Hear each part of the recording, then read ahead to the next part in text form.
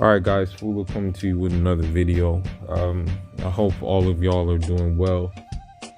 I was just sitting here, thinking about some things. You know, one thing is about the so-called Afrocentrists and the so-called Pan-Africanists is they will attack. They will attack religion, and they will attack things that they have got. Their sources come from the same people that they dislike or that they claim to be against. I say this to say because in order to understand something, you usually have to understand the language in which it was originally given in, so you won't get bamboozled about this. And I just find it that it's not easy to do it, but in order to have a grasp on what really went down, or in order to have a grasp on what really is the reality of something, you kind of need to do your due diligence, so you're not going to be taken for intellectual, someone won't be able to run intellectual circles around you.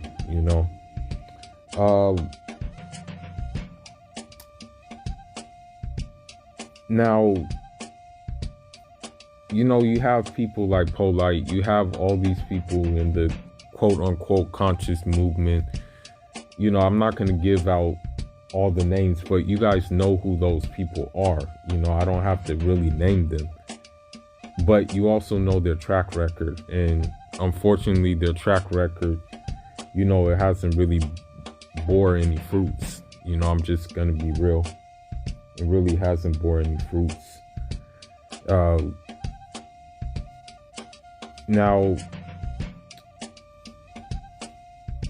I don't consider myself a scholar. I don't consider myself learned. I don't consider myself knowledgeable.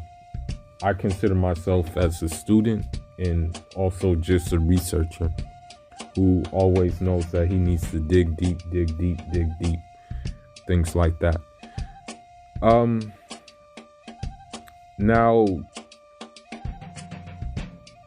I want to say that the main attack, this is the main attack that Afrocentrists have, things like that, so that, and they attack me, they attack others, that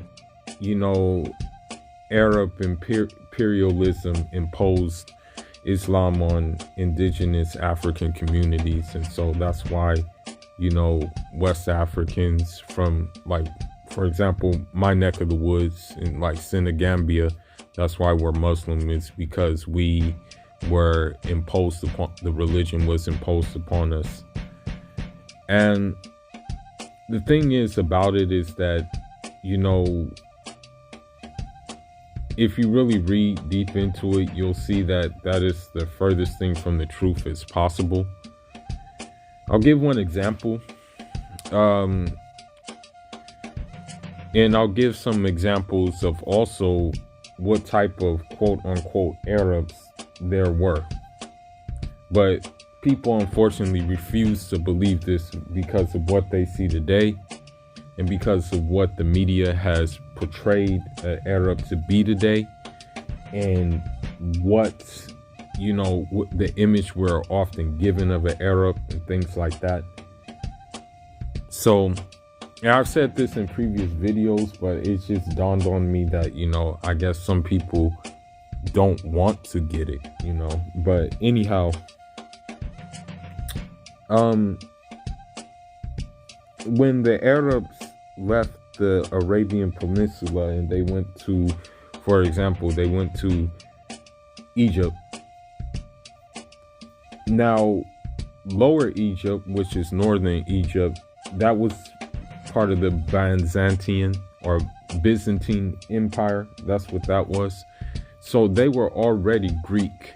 like Greek and Coptic and things like that. They were already Greek as it is. They already conquered that part. I think that it was like Greek Roman rule in Egypt at that time. So when those Arabs went, they conquered that neck of the woods, no problem. But the Arabs that were in that conquering army were not the Arabs you see today. Most of those Arabs were black. If you go to the original sources, the commander of Egypt, the opener of Egypt, Amir ibn al-As, his mother was, I believe, an Ethiopian woman or an Abyssinian woman, if I'm not mistaken. I believe Omar, radiallahu an, I think he opened up Egypt or commanded it, and Omar also had Abyssinian lineage as well. So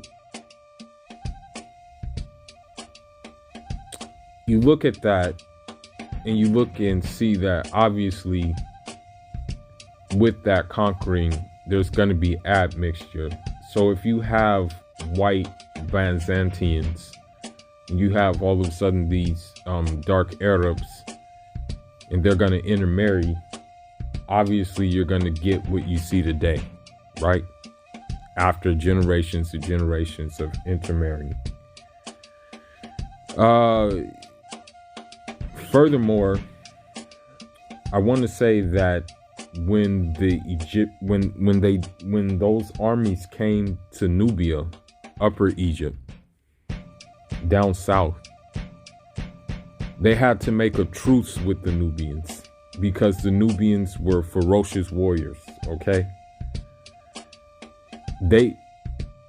So in essence, those Arabs couldn't do what they did to the Nubians. They had to make a truce with those Nubians. Okay? I think what happened is they ended up having to pay tribute or something like that, or, there was some kind of truce. But the bottom line is they couldn't attack the Nubians. The Nubians were too good. They have very skilled archers. So that's number one. So that first incursion into Black Africa, it didn't yield any benefits. Number two,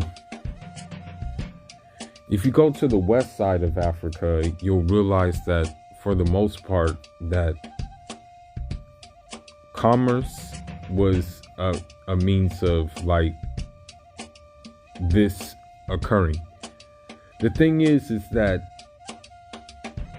and I can't talk too much about it, but I will say that myself, I belong to two brotherhoods that are basically one and the same in West Africa. And the reason why these brotherhoods spread is because all it did was it consolidated traditional African religion and just made it organized. That's all it did. So you have brotherhoods, for example, like the Kawatiya, the Shadaliya, the Qadiriya, the Muridiya, the Tijaniya. All of these brotherhoods dove deep into the mystic side of things. All of these brotherhoods dove into spirituality, which you don't see in the mainstream, and which I can't really talk about here. All I can do is give you some examples of the levels in which some of these things go, like how this really goes. And this is another thing too. This is an African spiritual concept that a lot of these quote unquote woke Negroes leave out.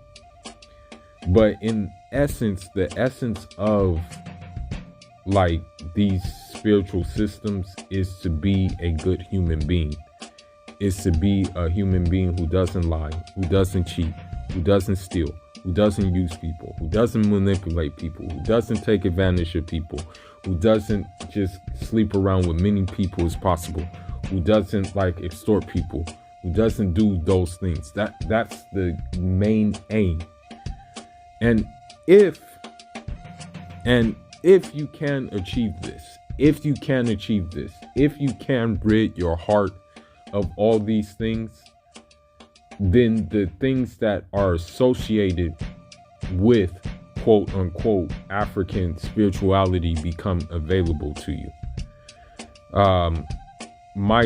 A couple of my spiritual forefathers have had many miracles. You know, I don't want to go into them all, but multiple location is one of them. Being at more than one place at one time is a miracle that was achieved by them. Walking on water, memorizing like many volumes of books in a matter of minutes. But the reason why they were able to do this is because they found the true essence of spirituality, which is to clean your heart. That was the main reason why they were able to do such feats, you know, because when you do that, when you cleanse yourself and purify yourself, you're able to break the physical norms most of the time. So on the contrary, with these hoteps and these people, they're not able to do any of these things, you know, because of the simple fact their intentions are not correct. You know, if their intentions were correct and if their hearts were pure, then perhaps the biggest miracle would be that they would be able to lead the people to a better standing, you know.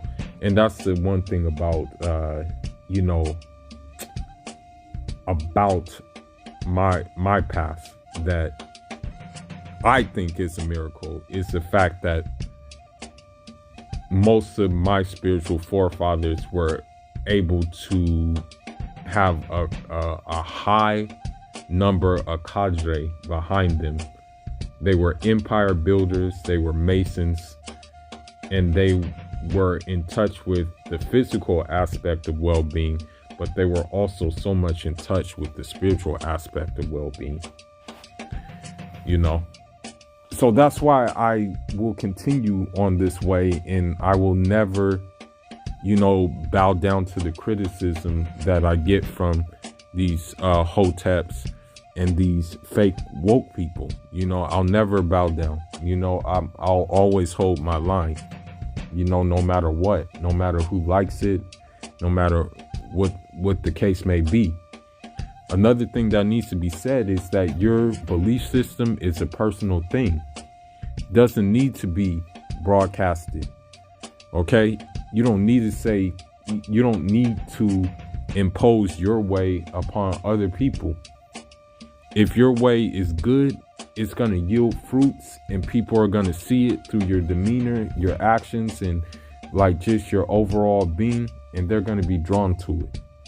That's my opinion. Okay? That's just my personal opinion. Right? So, back to the Arab thing. It must be understood that, you know, when we say Arab, that is a very vague word. Okay? Very vague. There's a difference between Arab and Arabized. And the way I look at it, a lot of people are Arabized. For example, when you look at Syrians, when you look at Lebanese, when you look at Jordanians, when you look at Palestinians, yes, they may have the Arabic as their tongue, but a lot of them are not original Arabs, okay? Because original Arabs, you have to use common sense sometimes. Original Arabs lived a harsh desert lifestyle. If they were pale or light-skinned, or Caucasianoid, as these European sources like to say, then it wouldn't turn out good for them living in the desert if they didn't have no air conditioning or anything like that. When you look at the early descriptions that we have of the Arabs through the historical classical sources, most of them are described as either jet black. In the Arabic language, that word is Shadid al-Udma, or Adam, or they're described as light brown. You know, this goes for a lot of them. A lot of them are described in this manner. Even the ones who went to North Africa later on, I think they call them the Banu Hilal, Banu Sulaim. They were also black too. But you have to understand something. When these conquests happened, there weren't that many of them. And a lot of times they didn't bring women with them. They didn't bring native women with them. So what they did is they just pretty much intermarried. So they intermarried with Romans. They intermarried with Persians. They intermarried with Greeks, I think. They intermarried with just like these different Caucasian people. And so when they intermarried with all these different Caucasian people, obviously it's going to change the dynamics of what those people look like. So, like, honestly, yes, today they do have a problem with blackness. Don't get it twisted. They have a serious problem with blackness. A lot of them. And unfortunately, some of even the ones who are black have a problem with blackness. Unfortunately, you know. But that's another video in itself. But I have my theories on why they have that problem. I mean, colonization did us all dirty, you know. So, with that being said, though, they're not gonna say these things. Like the ones that we see today, they're not going to tell people this. They're so busy trying to be having European features and being accepted by them. So of course they aren't going to tell you about the past and what the past really was. You know, they're going to boast and brag about it, but they're not going to tell you the colors of the people that they're boasting and bragging about. Or if they do tell you, it is coming from an Aryanized European source. That's how it works. But I say this to say that, you know, that reading is important. And that if you really want to know the real sources, you gonna have to like really try to get someone who is sincere and honest, who knows Fusha, which is classical Arabic, to get these sources and dig them up so you can know what the truth really is. You know, people are going on like that's why I stay in my own lane most of the time and don't even like bother with these Afrocentrics or these would-be Pan-Africans, is because they go off of emotion more than they do logic. And where I come from, we're taught to go off of logic, not emotion. Because we have a saying in my tribe's language that like dignity is like oil. Once it's spilled, it can't be picked back up. So you know, yes, there will be denials from both sides. That's why I don't even entertain like these Arabs today. I don't entertain them either. But you know, if I wanted to like really say something, I'd be like, bro, like you're just an admixture, bro. Your original people were looking like me. You know what I mean? Like I can say that, but I don't say that. You know what I mean? But it just like if you're equipped with these things, you can just say, okay, well, you know, let them feel how they want to feel and stuff like that. But it just goes to it'll basically make you more, how should I say it, make you more comfortable by having like this information. You know what I mean? And so at the end of the day, you know, I just try to keep it a spade of spades. Many people were, I mean, when we look at historical sources and things like that, we know what a real Arab looks like. And, you know, it is what it is, man. So that's why I just find it like dumb when people say, oh, you know, you're following an Arab religion and stuff like that. It's like, bro, are you kidding me? Do your research, my dude. But anyhow, man, that's all I got. These were just some thoughts of mine. As a matter of fact, I'm going to do some more research after I get off of here. I really want to get some more information about these Banu Halal and Banu Sulaim Arabs and like the small number they swept across North Africa, because I mean, from what I see, they were black too. But I gotta get some more information about it, you know. But anyhow, man, that's all I got for now. Again, shout out to Black Mind too. He's doing good work. You know, he's doing really good work. So I appreciate him. But anyhow, Fulu signing out. Njangen.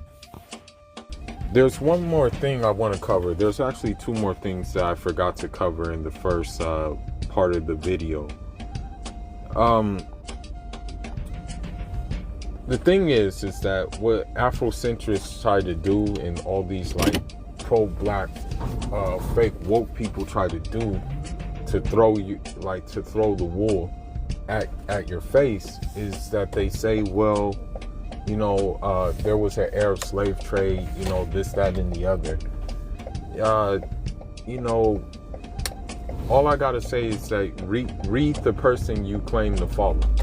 Okay, read the people that you claim to follow, because I read the people that you claim to follow, and one of the people that you claim to follow is Sheikh Anta Diop, Rahmatullah alayh.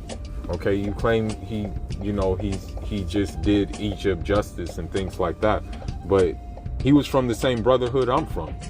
Okay, he practiced the same thing I practice, and if you read in his book Pre-Colonial Black Africa, he will say that the myth of this military force sweeping across tropical Africa with a sword saying convert or die was a figment of the imagination.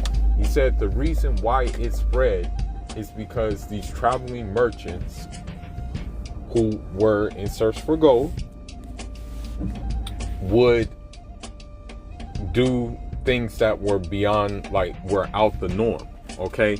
Meaning they would make rain come instantly, meaning that they would do certain miracles. And so, of course, the black African who is esoterically inclined by nature is going to be like, whoa, what is he on? I want to do that. By nature, that's what he's going to do. When he sees some writing letters and things like that and just doing these activities, he's gonna naturally be inclined to it.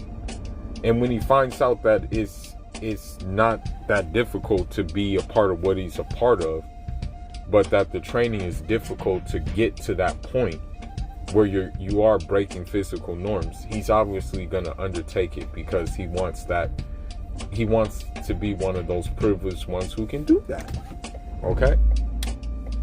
That's point number one. Point number two. When you look at the whole Arab slave trade, a lot of it was triggered, and I said it in previous videos, man. And it's like beating a dead horse, but it's like, golly, man, I always have to like talk about this. When you look at the so-called Arab slave trade, right? It really wasn't kicked off by Arabs. It was kicked off by Arabized people. So, for example, the slave trade in Sudan, quote-unquote Arab slave trade in Sudan, that was actually started by a Albanian guy by the name of Muhammad Ali, I believe. What do you think he looked like if he was from Albania? Let me know in the comment section. Okay? The whole thing about the sacking of the Songhai Empire, for example, the sacking of the Songhai Empire, right? What happened with that is that wasn't even done by these Arabized Moroccans. That was actually done by some Eurocentric Moroccans, because I'm gonna tell you why they were Eurocentric. The people who did the dirty work to sack Songhai Empire, they were, Spanish and Portuguese mercenaries for the most part. So, what do you think they look like if they were the ones sacking the empire? Okay? Now, I don't know how they got to start a truce or form a truce and things like that, but somehow a truce was formed and they attacked. Head south, then in 700 feet, keep right to enter a private road. They attacked the. Head south on South Wilton Place, then in 250 feet, turn right onto Imperial Highway. Sorry, that's my GPS going crazy. But anyhow, they came to a truce and they attacked the Songhai Empire, right? But it was a joint Moroccan-Portuguese effort. Now, there's another thing I want to tell you, and this is something that these would-be pro-Black Pan-Africanists leave out, and these woke people leave out. But even where I come from, even where my paternal and my maternal lineage comes from, which is a place called Fututoro, that place was started as an answer to slavery. And I'm going to tell you why it was started as an answer to slavery. Number one, you had Moorish slave raiders, right? Number two, you had African slave raiders. Traditional pagan African slave raiders that you guys claim to follow you claim to follow those ancestors, right? Now, here's another thing about that. They were both helped and assisted by Europeans. Okay? So, I say this all to say that you guys claim to, like, follow these people, but your people were in collaboration. And this is history. The reason why Fututoro was started was because of that reason. The one who used to have my surname, but he changed it to Bao instead of Ba. But if you want to be technical, you can say he's Suleiman Ba. You know, I'm a Ba as well. But the reason why he started fighting the Moors and the pagan Africans is because they were slave raiding. That's his reason for starting the fight. He even wrote a letter. One of them wrote a letter. I forgot if it was Abdul Qadir Khan, Rahmatullah alayh, or if it was Suleiman Bal. But he even said that, listen, if you come here looking to raise slaves, you will be killed. He wrote that letter. I think he wrote it to some Europeans. I'm not quite sure. And he did have that occult knowledge too.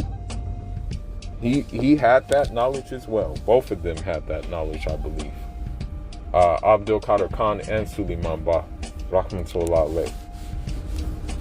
So if their response was, and these are two Muslim marabouts, by the way, so if their response was to fight slavery against Moors, pagan Africans, and Europeans, then what do you say about your pagan Africans who were involved in it, then? Who you claim weren't involved in it? Please answer me.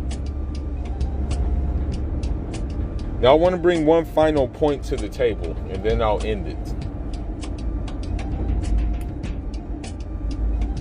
I've seen full effect what traditional West African Islamic manhood brings, from the likes of my own father to the likes of Uthman Danfodio, to his brother Abdullahi Danfodio, to the people I just named, to Ahmadu Bamba, to El Hajj Umar Tal, to Malik C, to Al Kaburi, to Ahmed Baba. I've seen what it did. I've seen the effects of it, okay? And keep on naming more and more.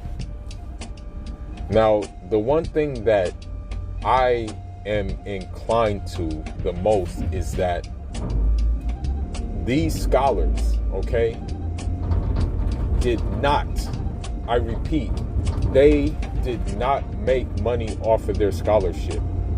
In fact, we have manuscripts where you have certain points of the manuscript where there's like a geometrical sign in that manuscript. And what that geometrical sign means is you go out and you do some work. You go out and do work. You couldn't just be a scholar. You had to have a trade or a business or something. And the reason why you had to have a trade or a business is to guard against the corruption. Because if you're just getting money for the people for your scholarship, you're going to want to say things to please them. You know, you're going to want to say things that are going to stroke up their ego, not necessarily what they need to hear, but what they want to hear. You know, that's just going to be like a rule of thumb, basically. And so that's why the whole woke community or whatever is just like the church, because they tell people what they want to hear. They stroke their ego, call women goddesses, queens, and all this other stuff. And all it is for them to get over on them. You know what I mean? Like, just pretty much use them for different things. Use the guys for money. That's one thing. And then use the women for their sexual favors. That's the other thing. You know what I mean? The reason why they do this is because they don't have any kind of skill or trade that they can rely on and still talk about you know, different things. You know what I mean? And pertaining to me, for example, you know, I don't put my Cash App, I don't put my PayPal or anything like that because I have a trade. I have a business, you know what I mean? And in fact, I just opened another business, not to parade it, but I just opened another business, you know? And so I don't do that because I don't want to do that. I don't want to like be in the mercy of like, oh, you know, send your donations and things like that. You know what I mean? If someone else has a cause for a donation, then I'll support that cause and I'll put their Cash App on my channel or something like that. If they want me to, if they want me to do that, then I'll do it, no problem. But I wouldn't do it for me unless you want to do business with me. You know what I mean? Unless you want to do something with me, then that's the only time I will do that, right? So and I took that blueprint from my forefathers, because every single last one of them, they didn't just rely on their quote unquote knowledge or scholarship. They had a trade of some sort. They went out and did work. They were businessmen. They were like merchants, and they obtained a lot of wealth from that. They attained a great deal of wealth. And so this is why I move in that way. You know what I mean? And yeah, man, that's really about it in regards to this topic. I know this is a long drawn out video, but it just came to my mind, because the scholars in Timbuktu, even, that's where that came from. That's where that blueprint came from. That if you had your own money by another means, you can say the right thing, and even if people responded to it in a rather, how should I put it, in a negative way, although it was the right thing to say, then you weren't worried about it. You had your money. You could just say, no problem, I got money. I got a business. So this is why, this is so significant in regards to the, to the whole, just the whole black experience. You know what I mean? So with that being said, I gotta attend to my business right now. So I'm gonna hit y'all later. Leave your thoughts, leave your comments. Who was signing out? Njangen.